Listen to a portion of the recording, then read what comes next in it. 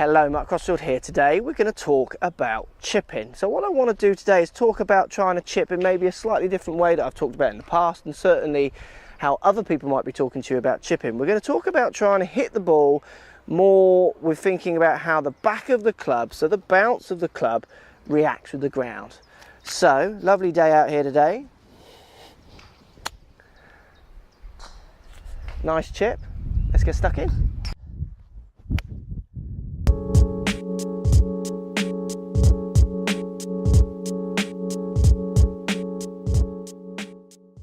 So chipping, what we're going to talk about is trying to get you to think a lot more about how your club reacts with the ground. And the part I want you to really start thinking about is this back bit, so the bounce of the club. Really start trying to feel. I want you to get into the habit and the thought process of trying to get the back of the club to bounce on the ground, to use the bounce to help you hit better chips. So what I mean by that is common chipping videos and tips have you thinking more ball back in your stance, hands forward, so leaning the edge in, and then try and hit down and through at the ball. Now what happens with this, unless your strike is perfect, you're going to hit variations of not very nice shots if you're not careful, because you're leading into the ball with that front leading edge, the sharp bit of the club, where if you hit your chip more in the way we're going to talk about today, you'll find you can hit from a good lie, you can hit from a medium lie, you can also hit from a hideous lie. We're going to do some chips later where we go over onto some really bad lies, and I'll show you how this technique works. So what we're going to do is you're going to set up now, ball more in the middle of your stance, weight pretty 50-50, and I want you to try and start with your hands more level with the ball, so get rid of all this old-fashioned leaning forwards. And I'm just going to hit this chip now, trying to get the back of the club, so the bounce, bouncing on the ground, reacting with the ground in a very neutral way. Let's give it a go, I'll show you what I mean.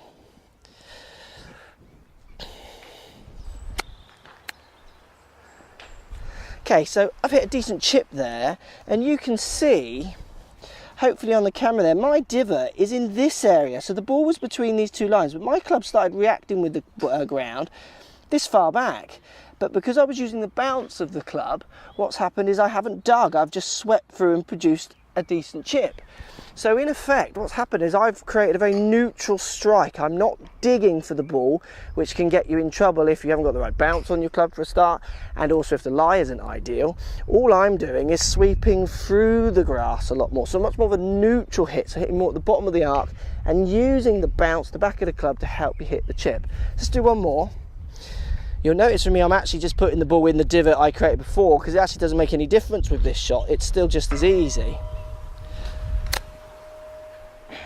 So again, decent chip, but you can see, I mean, look at my divot here. It's all more behind the ball, but the chip is still going well.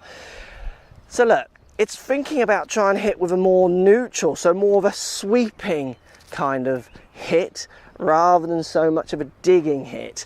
Trying to feel that you're getting the back end, the bounce of the club, to hit the ground rather than digging in with that leading edge. Now this is my 60-degree wedge. I've only got 5 degrees of bounce. It's low bounce on this club, which for this shot works perfectly because the bounce is minimal, so it allows me just to brush through the grass and through the turf without digging or over bouncing too much.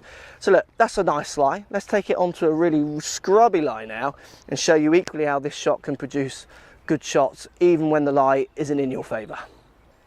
So we've come over onto a scrubby lie. I mean, if you have a look at the lie here, they don't get worse than that. So we've got dry mud, basically. Yeah, that's one of the worst lies you can find. So again, I'm going to play neutral chips, and I'll try not to get this end too far ahead of this end. No digging, try and bounce the back of the club onto the mud to try and play a neutral reaction with the ground to get more of the ball. Let me show you what I mean. So again, ball in the middle, hands not way forward. I'm going to try and slam the back of the club on the ground to try and play a decent chip. Here we go.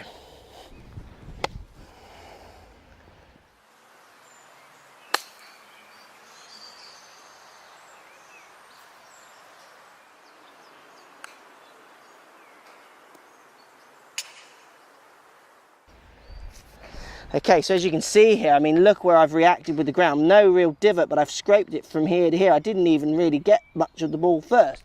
So what happens, because that club was using the bounce, the level, the low bounce on this club, it wasn't digging, it wasn't bouncing off, it was just staying even. So even from a good lie through to a scrubby lie, I still feel from this and even up to a great lie, I can play a decent shot. So use the bounce, guys. Think about what bounce you got on your club. I've got a 60 degree here with a low bounce, makes this easier. The more neutral you are with your chipping, I think the more consistent you'll find you are, rather than the old-fashioned kind of digging style. Hope that helps. This is nothing new. There's loads of videos out there about this. Have a look at them all, see what you think about them. Post comments down below if you're a digger or a sweeper.